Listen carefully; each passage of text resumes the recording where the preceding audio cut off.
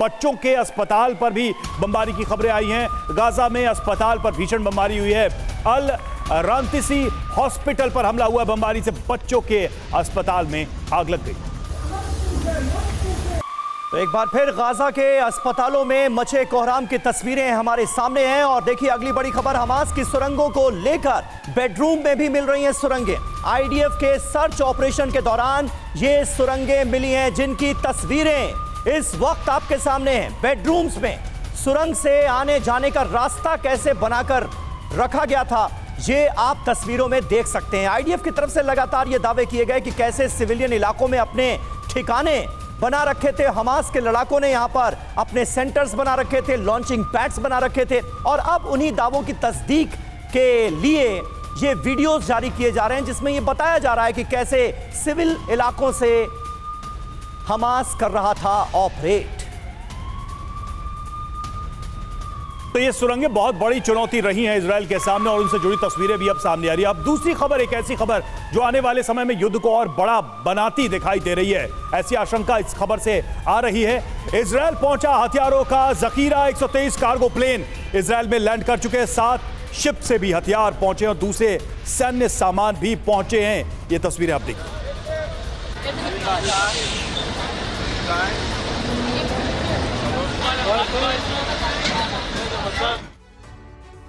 और देखिए इजराइल पहुंची है हथियारों और दूसरे सैन्य साजो सामान की पूरी खेप। इसकी बाकी डिटेल पर भी आइए नजर डाल लेते हैं। जो स्पेसिफिक इंफॉर्मेशन हमारे पास आई है वो हम आपको बता देते हैं। इजराइल पहुंचा है सैन्य जखीरा।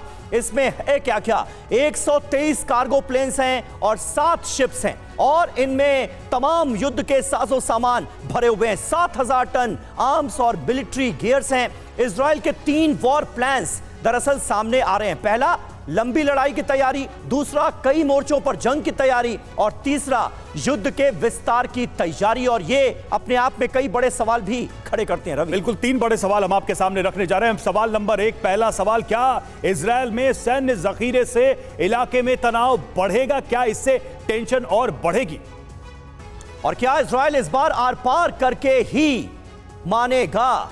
क्या अमेरिका को आगे किसी महायुद्ध का अंदेशा है? ये तमाम सवाल जहन में आते हैं। हमारे साथ इस वक्त तमाम खास मेहमान मौजूद हैं। एयर कमोडोर एसपी सिंह साहब भी हमारे साथ जुड़ रहे हैं। सिंह साहब, लगातार अमेरिका इजराइल के साथ है, तमाम तरह की सैन्य मदद भी प्रोवाइड कराई जा रही है, मिलिट्री इंटेलिजेंस से भी हेल्प देने की कोशिश की जा रही है इजराइल को। अमेरिका का क्या रोल आप पूरा मानते हैं? क्योंकि ईरान का रुख जब हम देखते हैं, ईरान लगातार अमेरिका को निशाना बनाता हुआ नजर आता है। आने वाले वक्त में क्या सीधे सीधे अमेरिका वर्सेस ईरान होने के भी आसार हैं क्या? देखिए सुनील, आपने बड़े अच्छे पॉइंट्स उठाए। जो 3 क्वेश्चन भी आपने उठाए बड़े जायज़ हैं और बिल्कुल करंट हैं। इसका मेन मुद्दा क्या है? अमेरिका ने शुरू से कहा है कि हम कहता है कि हम टेरर के अगेंस्ट हैं। तो ये जो हमास का अटैक हुआ था, ये एक बारबेरिक टेरर अटैक था 7 अक्टूबर को। उसके विरुद्ध अमेरिका जो है इजराइल की सहायता कर रहा है। अभी आपने बताया इजराइल जो है 3 फ्रंट, 3 नहीं मैं 4 फ्रंट कहूँगा, क्योंकि उसमें अगर आप हूथी को भी मिला लें तो ये 4 फ्रंट हो जाते हैं। चारों जगह से इजराइल को घेरा जा रहा है। तो इजराइल अगर हमास को ख़त्म करने के, एक टेरर आउटफिट को ख़त्म करने में लगा है, तो उसको हथियार चाहिए। और 4 जगह से अटैक हो रहे हैं, तो चारों को संभालना, तो इसलिए हथियार आना ज़रूरी है।